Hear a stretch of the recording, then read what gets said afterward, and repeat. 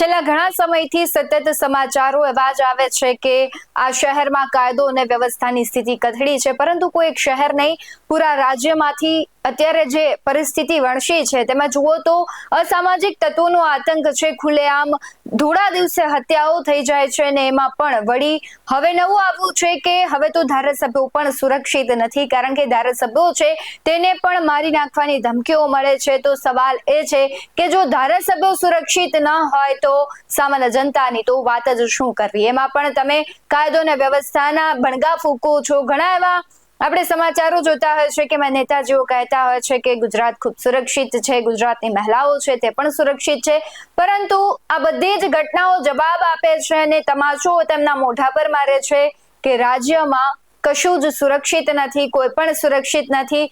તમે મોટા શહેરોથી લઈને ગ્રામ્ય વિસ્તારો જોઈ લો તો એવી ઘટનાઓ સતત આવતી હોય છે કે મહિલાઓ સાથે છેડતી થાય છે, પરંતુ આજે જે સમાચાર આવ્યા કે ધારાસભ્યને મારી નાખવાની ધમકી મળે છે, ત્યારે કાયદો અને વ્યવસ્થા ભલે તમે નવા ગૃહમંત્રી આપો, પરંતુ જે સમસ્યાઓ છે તેમાં કશો બદલાવ નથી થઈ રહ્યો. પહેલા પણ કહેવાય છે કે એ સમસ્યા યથાવત હતી, કાયદો અને વ્યવસ્થા પર સવાલો થઈ રહ્યા હતા. આજે વધારે કાયદો અને વ્યવસ્થા પર સવાલો થઈ રહ્યા છે, કારણ કે હવે ધારાસભ્યને ધમકી મળી રહી છે. નમસ્કાર, BS9 TV ન્યૂઝમાં આપની સાથે હું ભગવતી વિશાવડિયા. અવારનવાર આપણે કાયદો અને વ્યવસ્થાની વાત કરીએ છીએ, પરંતુ આજે જે સમાચાર આવ્યા છે કે જૂનાગઢના ધારાસભ્ય છે તેમને હવે મારી નાખવાની ધમકી મળી છે.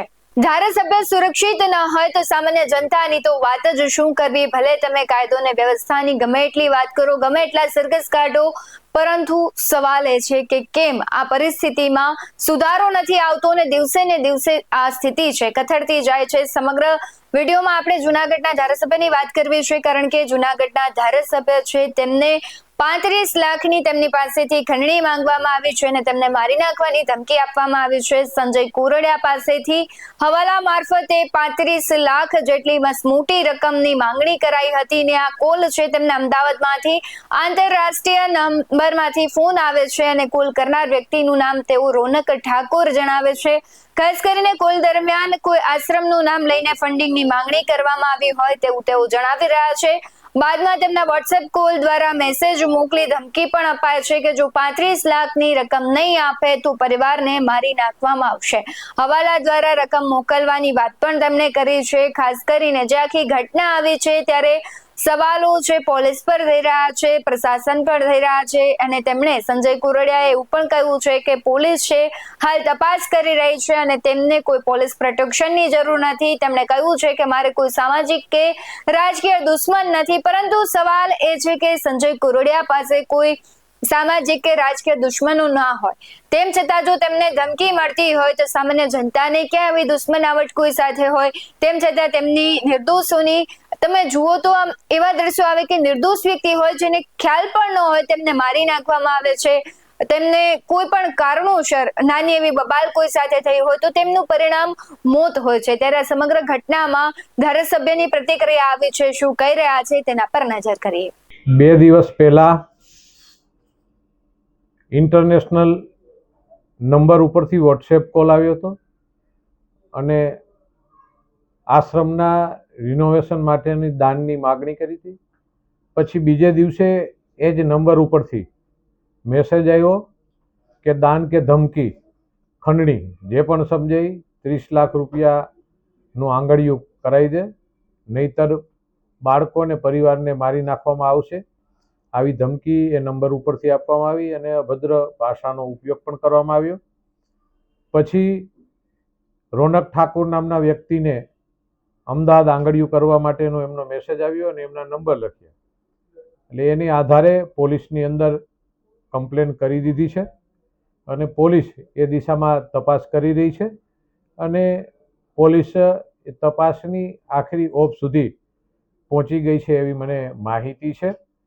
વધુ જે પણ હશે ડિટેલ એ પોલીસ તંત્ર દ્વારા આપ સુધી પહોંચાડવામાં આવશે.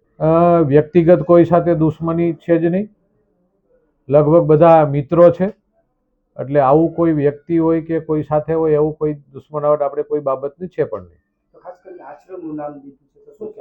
એટલે એમાં આશ્રમની અંદર એવું મને લાગે છે કે કંઈક સંતોને બદનામ કરવાની વાત હોય સનાતન ધર્મને બદનામ કરવાની વાત હોય કે આશ્રમના નામથી કરી અને કંઈક ખોટો વિવાદ મારા તરફથી બોલાઈને એવું થાય, એટલે એના માટે એનું પ્લાનિંગ હોય અને તપાસ પણ બીજી દિશામાં જાય એવો પણ એમનો વિચાર હોય છે. એટલે એ બાબતનું હોઈ શકે નહીં. એવું કોઈ મારે જરૂર પણ નથી પોલીસ પ્રોટેક્શનની, કારણ કે મારે કોઈ દુશ્મનો નથી, મિત્રો જ છે.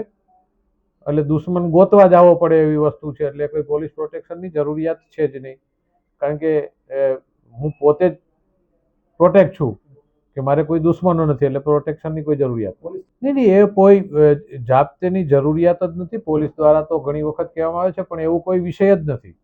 જે વિષય હશે એટલે બાદ આવશે પછી બધી ખબર પડશે. નહીં, એવું કોઈ આશ્રમની વાત નથી કરી, કોઈ આશ્રમનું નામ નતું, ફક્ત આશ્રમની વાત હતી. ધારાસભ્ય શ્રી કહી રહ્યા છે કે પોલીસ છે તપાસ કરશે, ત્યારબાદ ખબર પડશે કે કોણ છે. તેમણે ફરિયાદ નોંધાવી છે અને પોલીસ પણ પૂર ઝડપે કામ કરી રહી છે. ઘણી વખત એવા કિસ્સાઓ સામે આવતા હોય છે કે પોલીસ ફરિયાદ નથી લેતી, પરંતુ આ ઘટનામાં અને ખાસ કરીને આપણે રાજકોટ પણ જોયું કે રાજકોટમાં પણ જે ફાયરિંગની ઘટના બની છે એમાં પોલીસ જ ફરિયાદી બન્યું છે. એટલે હવે ધીમે ધીમે ક્યાંક છે પોલીસ પણ જાગૃત થઈ ગઈ છે, પરંતુ સવાલ એ જ છે કે ક્યાં સુધી રાજ્યની કાયદો અને વ્યવસ્થા આટલી કથળતી રહેશે, કારણ કે જે યુપી અને બિહારની છાપ હતી એ હવે ક્યાંક ગુજરાતની થઈ ગઈ છે. સુરક્ષિત ગુજરાત પર અનેક સવાલો થઈ રહ્યા છે અને દિવસે ને દિવસે જે આ ઘટનાઓ વધી રહી છે, તમે બીજે દિવસે સવારે જુઓ તો પેપરની હેડલાઇન જ એ હોય કે સુરક્ષિત ગુજરાત અને કાયદો અને વ્યવસ્થાની સ્થિતિ કથળતી તમને જોવા મળે ને તેના પર પણ અનેક સવાલો થાય છે. ત્યારે